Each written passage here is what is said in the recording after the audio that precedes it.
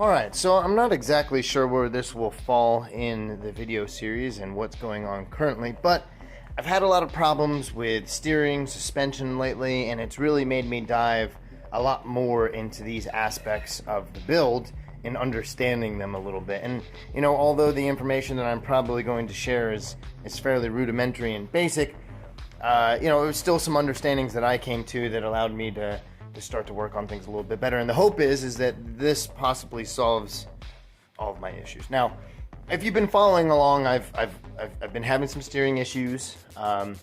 Basically, what you would consider tram lining, basically veering towards one side over an uneven surface, under power or under braking. And there's basically a lot of things that can be caused by that. Your brakes being wrong can cause that. So I've changed out my brakes, my calipers, cleaned them all up, serviced all of them. They're all moving freely and great. Your suspension can obviously have a role in that, and in which I've changed my spring rates, made sure that my preload is correct, have checked the alignment and those sort of things, which obviously can change things. And that goes along with the lines of all of the angle adjustment components as well. Since I have a battle version kit, I have lots of different ways of modifying the angle of the different steering components, suspension components, and etc. So I've checked all of those things as well. And look, I've even found some small little issues with the drivetrain. There was an axle that wasn't so good. There was a hub bearing that wasn't so good. So I've gone through a lot. I've replaced a lot. And the good thing is that all of those things are things that I think now at this point was great to replace. So I'm not unhappy about the fact that I've spent a lot of money replacing a lot of things and haven't necessarily fixed the exact issue yet. What I'm more annoyed about is that I just can't drive the car as much as I would like to right now and or be on the track ASAP. So with all that out of the way, maybe, just maybe, this will solve the problem. So let's talk about it. First things first, you'll notice the steering racks actually look just slightly differently. That is actually because of the way that these tubes are ran down here. There's actually no difference in them.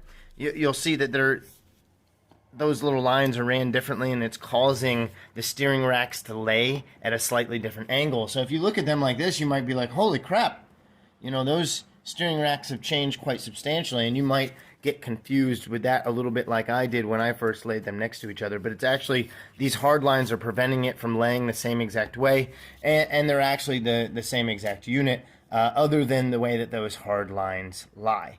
Other than that, I don't see any differences here. I mean, maybe some very small ones, but other than that, it looks to be a OE service unit as advertised, and looks to be a lot better shape than the original one is. Now, mind you, even if this doesn't solve the issue, this sucker's been in there for 200,000 miles. I don't know about you, but I don't think I would trust that at 140 miles per hour going around a bank turn. So, you know, again, am I mad that I have to replace it? No. If anything, I'm just mad at the downtime. You know, I just want to be in the car and driving it and getting the testing going so that way I can move forward and get on the track. But so, do I think this is going to fix the issues? I don't know. I don't know, to be honest with you, but I'll show you what I do know. One thing that I do know, these things move extremely easily. I mean, look, I can even kind of toss them up and down. There's really no link there, and in fact, when I turn them, you see that it's turning and binding the boot, which I understand that's because it's attached right here, so it's turning and binding the boot. But I don't believe that I should be able to turn these at all. So I'm thinking maybe the link inside of here is bad, or it needs to be some servicing inside of there. Understandable. So if you notice this, look, I'm having to move this by hand with strain. There's no way, I'm not, like, you take this one, right? Flimsy floppity. This sucker's stiff. So, you know, that makes me feel good, because obviously I'm hoping that I'm going to find the issue here. But, you know, so this is much more of a strong, capable, controlled setup, while this is just super, super floppy. Again, I'm going to probably find something wrong with the linkage in there once I cut this bad boy open and take a look at it. But at the same time, there's an initial difference right there, right off the rip. Another thing is these guys. I mean, you know, to be honest with you, I didn't know what they were supposed to do. So when I checked them, you know, I thought, you know, spring back to center. I mean, that's what you would want, right? Doesn't that make sense? I mean, even though these look like crap and they were probably OE2. They spring back to center, and the assumption was that's what I wanted. Again, I didn't know. Now these new ones right here, I mean, I'm doing everything. You know, that's me literally having to use my whole entire hand to press those in, and they stay exactly wherever you put them. So in comparison to needing all 3 fingers to turn that versus flippity floppity, and obviously both sides are like that. I know flippity floppity isn't such a scientific term, but you know, there it is, right? So, you know, that could easily be a large part of the problem that I'm working with here, is that maybe this steering rack is just worn out of shape. All the bits of it are worn out, and 2 weak connections on both sides could possibly cause the tram lining that I've been experiencing. So cross your fingers in hopes that this definitely helps with the fix. But let's go ahead and go under. I know some of you may be saying to yourself, well, shoot, maybe I need to replace my steering rack, and maybe you do, right? How hard is it? Well, one, it's not very hard at all. Obviously, disconnect your battery. You don't want your battery connected. That's just good old safety stuff, good safety protocol. Right here is going to be your steering shaft linkage.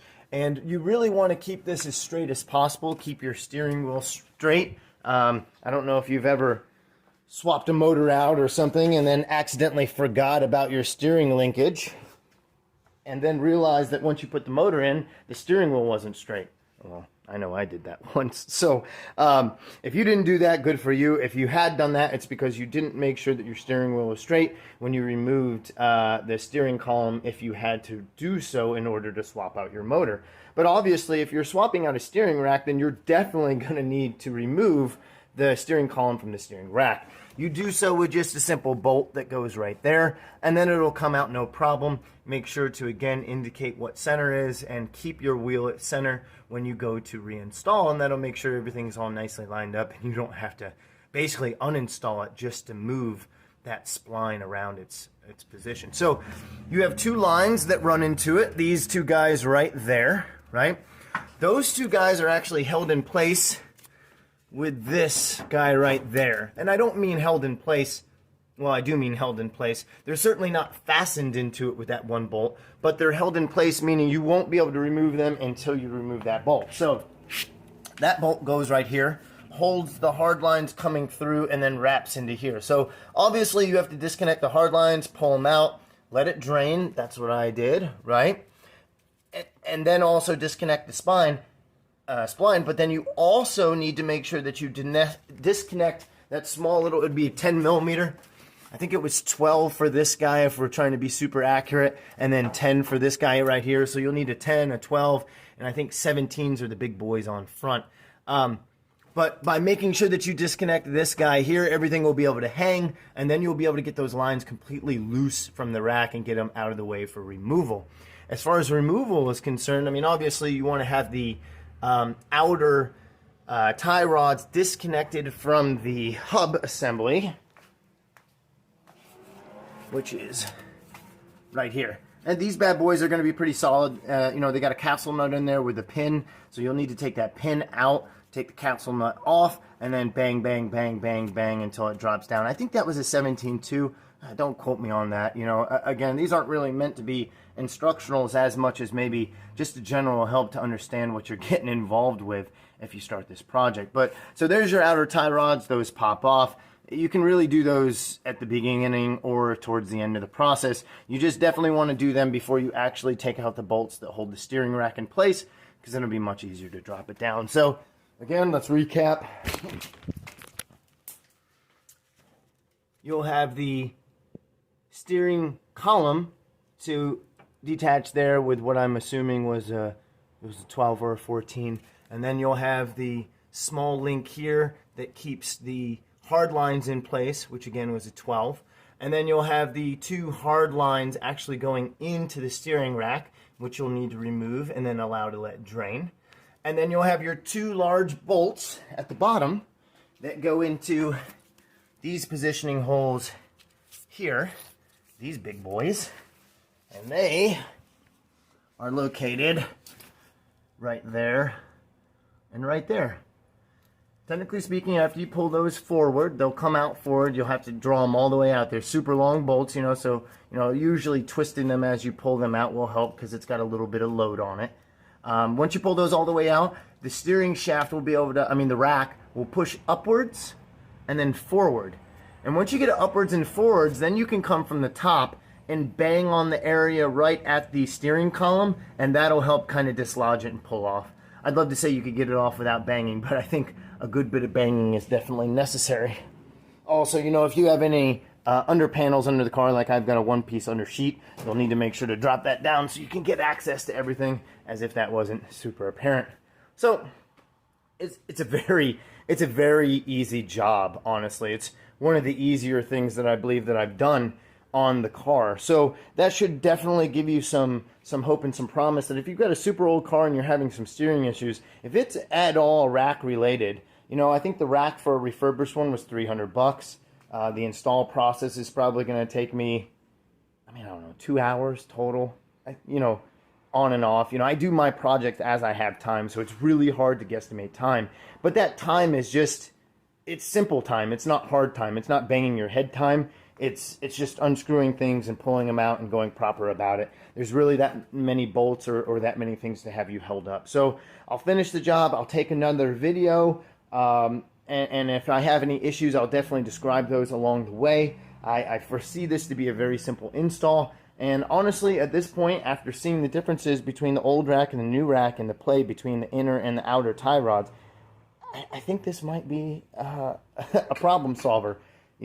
I hate to say that with any certainty, as you can hear in my voice, but I obviously hope that every change made is a change in the right direction. But either way, this is going to make my steering a lot more tight, and much more articulate, and that's what you want. So, great.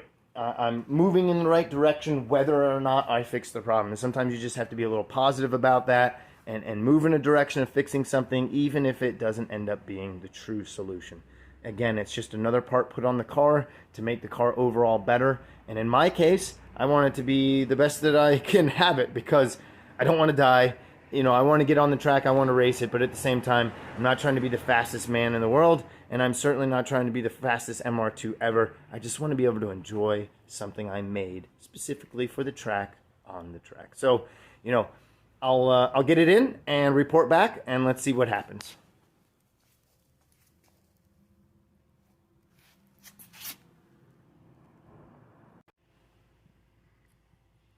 Alright, so a few more little tech tips here before we get everything all the way in.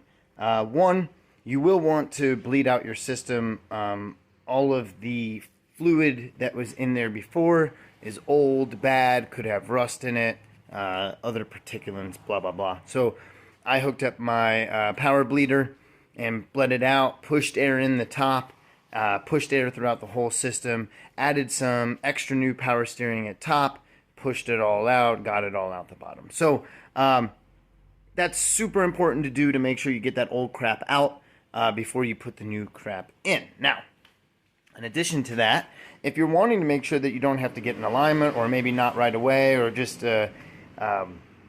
make your alignment guy like you a little bit more, a tip that I was provided with was making sure that you measure your ends. So, here's my tie rod in or tie rod end.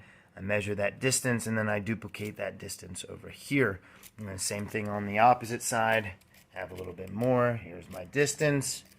Boom, boom, boom. Duplicate it over there. So that should make it so maybe I don't need an alignment right away. Not saying that I would suggest that prior to getting on the track or something like that, but I had just paid a good bit of money getting an alignment to, hope that it actually fixed the issues before getting to this point, and it did not. So with that in mind, I'm going to try to get away without an alignment for now, and then see where that goes. So again, make sure you do your measurements, level everything out just to get it as good as possible, at least so you could drive it to the alignment shop. And then also make sure that you bleed out your old fluid before you put the new fluid in. And that will help make sure that there's not some more issues later on in the future. Alright, so the rack is in. Super exciting. Rack is in, steering arms are on. Everything's looking good. Everything's installed and in place. Definitely make sure that you install the O-rings that usually come with the kit. Definitely don't want to go through all of the work and then have a leaky fitting because of an interior O-ring. So replace those O-rings. Also make sure to put your locks on your castle nuts. Boop. Super important there as well. Tighten everything down, double check everything. After all, it is a steering component, so you don't want to have any issues there. I believe the instructions that I were giving as far as filling was to leave one end open. I think it was the return hose, and then the sending hose, leave it connected. Basically fill up, pump, let it come out one side as it fills out the other, and once you have a steady stream, close that side off, and then continue pumping and filling as you go. So seems like a relatively simple process from here, although I'm sure with any job like this, there'll be some sort of hiccup along the way. But old rack out, new rack is in, time to fill up, go for a test drive, and hope that this solves the problem. And even if it doesn't, again, new parts are a good thing to have on track. Definitely means security. 200,000 miles on that bad boy. It looks old, it looks beat up, and it definitely feels that way. I'm going to rebuild this rack, possibly use it on a future project, or maybe just keep it as a spare like I do with most everything else. It's just keep it in case that I need it for the future. So steering rack on an MR2 Spyder, not super difficult to do at all, not super time consuming to do at all, and really all you need is what they provide, and then your rod ends if you're replacing those as well, along with your power steering fluid. Not so bad, pretty good job, and obviously again hoping that this solves the problem. So if you're going to do a steering rack, or if you're looking at doing a steering rack, don't be so afraid of it. I definitely was a little concerned that it would be more difficult than something else that I've done, as if something could be more difficult than building a whole car. But again, with every new challenge comes, something unknown, and that can sometimes be scary. But otherwise, I would say super easy job. I definitely hope to reap the benefits of it. You